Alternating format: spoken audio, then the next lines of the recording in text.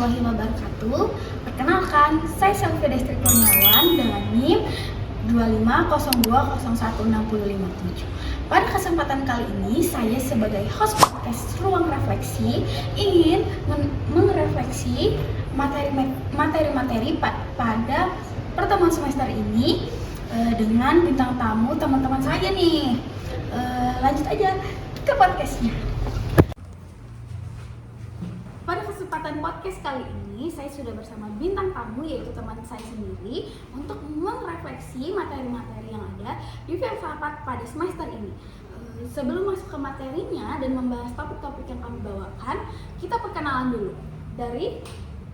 Perkenalkan, nama saya Ayu Pratiwi, NIM saya 250201680. Saya Rowan Anda dengan NIM 2502016060. Saya Aprilia dengan NIM 2501026093. Nah, pada kesempatan kali ini kita akan membahas materi yang ada di filsafat pada pertemuan ini. Yang pertama yang mau saya tanyakan itu, menurut kalian itu sebenarnya apa sih makna filsafat dari dalam ilmu pengetahuan? Kenapa filsafat itu sering disebut sebagai dasar dari perkembangan ilmu-ilmu yang ada pada zaman ini?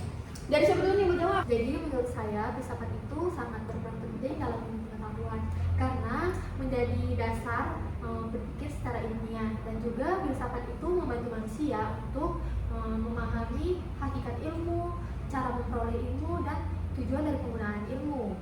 Dan juga makna filsafat dalam ilmu pengetahuan itu meliputi yang pertama itu mencari kebenaran melalui berpikir secara kritis, logis, dan rasional, dan juga serta memberikan nilai moral dan etika agar ilmu yang digunakan itu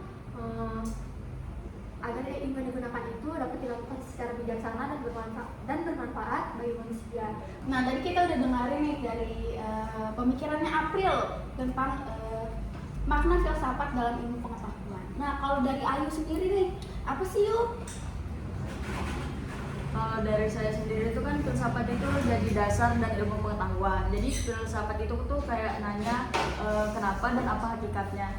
Nah, terus kalau sementara ilmu tuh nanya bagaimana dan apa buktinya. Jadi filsafat itu tuh ngasih kerangka logika, etika, dan metodologi biar ilmu tuh nggak cuma teknikal tapi juga bermakna. Oke, kita udah dengar nih dari Ayu, dari April, sekarang bintang tamu terakhir yaitu Rohan. Apa sih Han? Seperti yang sudah dijelaskan oleh Ayu dan April, filsafat itu adalah awal dari ilmu-ilmu pengetahuan yang ada seperti sekarang. Contohnya kayak ilmu matematika, ilmu fisika. Jadi filsafat sangat berpengaruh sekali pada ilmu pengetahuan karena filsafat itu seperti yang dibilang Ayu tadi, filsafat itu kayak mempertanyakan hakikat ilmu pengetahuan tersebut, terus bagaimana ilmu pengetahuan tersebut bisa berkembang dengan, terus juga bagaimana ilmu itu bisa bermanfaat untuk nantinya, seperti itu. Oke. Lalu kalau kita ngomongin kebenaran, sebenarnya gimana sih proses seseorang bisa menemukan sebuah kebenaran? Apakah cukup percaya pada apa yang dilihat atau harus diuji dulu? Dan bisa nggak sih kasih contoh sederhana aja yang sering terjadi di kehidupan sehari-hari ini? Coba dari Ayu deh. Kalau menurut saya menemukan proses kebenaran itu tuh nggak cuma dari penglihatan, tapi juga dari pengamatan, pemikiran, dan penelitian lainnya. Kayak kan kita juga kebenaran itu tuh menggunakan rasional, empiris, sama kritis. Jadi kalau rasional itu kan pakai logika. Contohnya semisal 2 tambah 2 ya 4. Nah, itu kebenaran loh. Nah, kalau dari empiris lewat pengamatan dan penelitian atau eksperimen. Contohnya itu kayak ilmuwan membuktikan kalau gravitasi dengan jatuh bebas. Nah, kalau dengan kritis, kebenaran yang selaras dengan sistem pengetahuan lain. Contohnya kayak teori evaluasi konsisten dengan fosil dan genetika. Oh, boleh. Tadi kita udah dengerin dari pemikirannya Ayu nih tentang kebenaran yang tadi aku tanyain. Sekarang pemikirannya Rohan nih, gimana nih? Seperti yang sudah dijelaskan oleh Ayu tadi, bahwasanya kita itu jika kita mencari sebuah kebenaran, kita tidak semerta-merta untuk dapat kebenaran itu dengan cara instan, tetapi bisa kita melalui dengan proses-proses tertentu. Contohnya kayak kita melakukan pengamatan, terus penelitian, bisa juga kita dapatkan dari pengalaman hidup kita sendiri seperti itu. Contohnya kayak contoh kecil dalam hidup sehari-hari kita, contohnya adalah kayak kita mendapatkan informasi dari media sosial. Kita tuh nggak boleh langsung percaya dengan informasi tersebut, kita harus mencari kebenaran dari informasi tersebut, apakah informasi ini itu valid atau cuma hoax seperti itu. Jadi kita harus benar-benar teliti dengan cara kita melakukan mencari sumber informasi tersebut, terus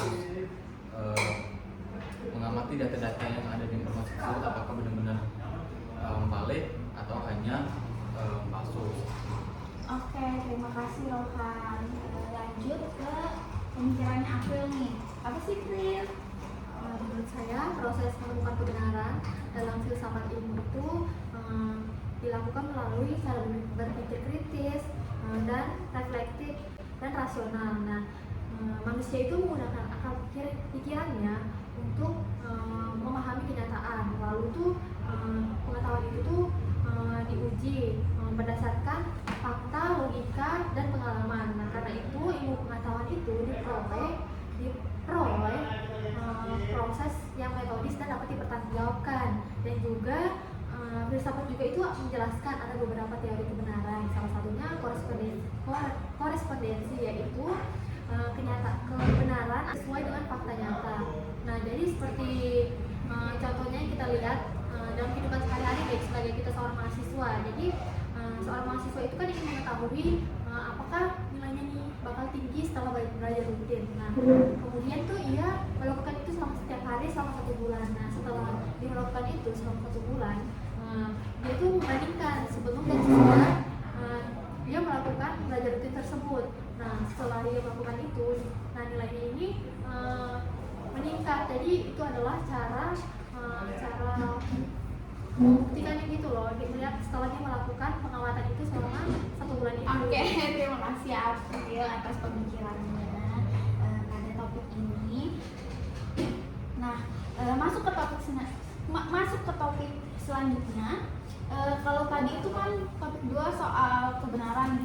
Nah, sekarang kita masuk ke hal yang menurut aku tuh lebih personal sih. Menurut kalian gimana proses individu dalam mengidentifikasi realitas hidupnya? Karena tiap orang kan punya pengalaman dan sudut pandang yang berbeda-beda nih untuk melihat dunia gitu dalam filsafat. Mau dari siapa dulu? Oke, dari Ayu boleh.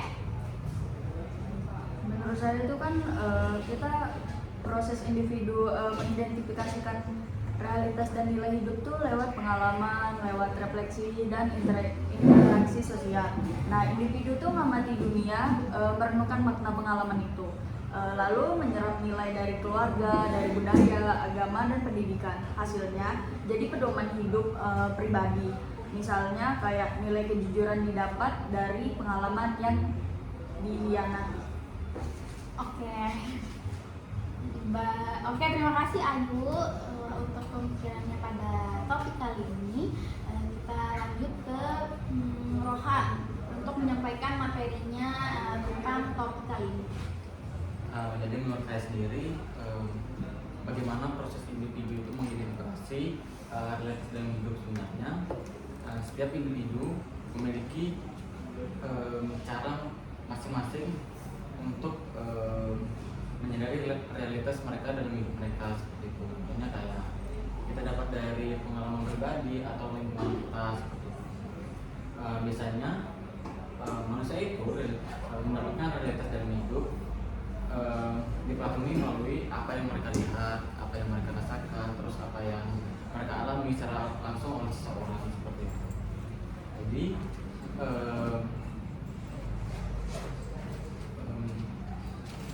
realitas dalam hidup orang itu masing-masing itu mempunyai sudut pandang yang berbeda-beda karena setiap orang itu punya lingkungannya masing-masing, pengalamannya masing-masing. Oke, cukup. Lanjut ke pemikirannya April nih. Apa sih April?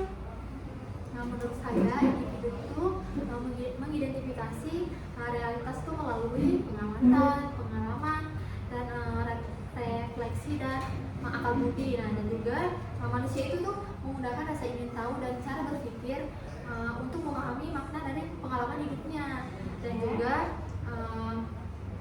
melalui abstraksi itu manusia itu menarik hal-hal dan pengalaman khusus sehingga itu mereka tuh dapat memahami atau dapat memahami itu kenyataan yang lebih mendalam dari kehidupan mereka seperti itu.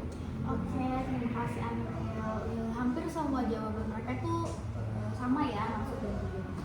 Nah, kita masuk nih ke topik terakhir.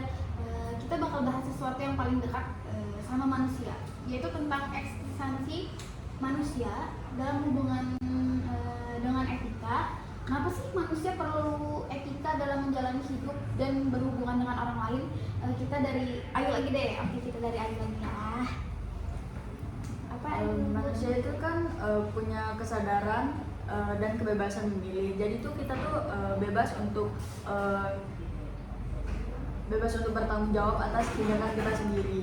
Jadi kayak etika muncul dari kesadaran itu. Nah terus karena manusia itu hidup berkelompok, nggak cuman sendiri gitu. Etika jadi aturan untuk menjaga kebebasan untuk setiap orang. Terus nggak saling merugikan satu sama lain gitu. Singkatnya ada manusia bebas, terus butuh etika biar hidup bersama dan tertib. Oke, untuk Mas Rohan, pendapatnya? Saya seperti kita ketahui, manusia itu kan adalah makhluk yang punya akal untuk berpikir, terus punya hati untuk merasakan perasaan. Ya. Dan jadi dengan berhubungannya dengan etika, manusia ini adalah manusia sosial, jadi tidak bisa hidup sendiri saja. Mereka harus berhubungan dengan orang lain juga. Jadi dengan adanya etika, para manusia ini itu bisa menjaga sikap mereka atau perilaku mereka gitu, agar lebih sopan dan lebih baik gitu kepada yang lainnya seperti itu. Oke, baik. Terima kasih Rohan atas pendapatnya pada topik kali ini. Lanjut ke April. Apa nih April pendapatnya April? Menurut saya, eksistensi manusia itu berarti keberadaan manusia itu sebagai makhluk dalam berpikir dan bertindak di dalam dunia. Dan juga manusia itu tidak hanya dapat sisi diri saja, dia tuh kayak membutuhkan orang lain seperti lingkungan dan juga percaya kepada Tuhan yang Maha Kuasa.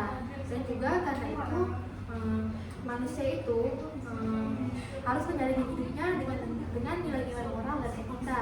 Dan juga jadi dalam filsafat itu membahas bahwa dalam filsafat itu etika itu membahas bahwa baik buruknya perilaku manusia. Jadi etika itu membantu manusia untuk menentukan bagaimana seharusnya mereka tuh bertindak dalam kehidupan sehari-hari agar berjalan dengan baik dan benar. Terima kasih teman-teman sudah memberikan pendapatnya tentang refleksi pada semester ini dan menyempatkan waktunya untuk podcast bersama saya. Terima kasih banyak, terima kasih sekali lagi. Kayaknya menurut saya udah tutup deh kayaknya ya. Kayaknya kita tutup aja. Terima kasih sudah mendengarkan dan mengikuti kami sampai menit terakhir ini untuk mendengarkan beberapa pendapat dan beberapa perspektif dari mereka tentang refleksi materi pada pertemuan semester 2 ini. Saya ucapkan assalamualaikum warahmatullahi wabarakatuh.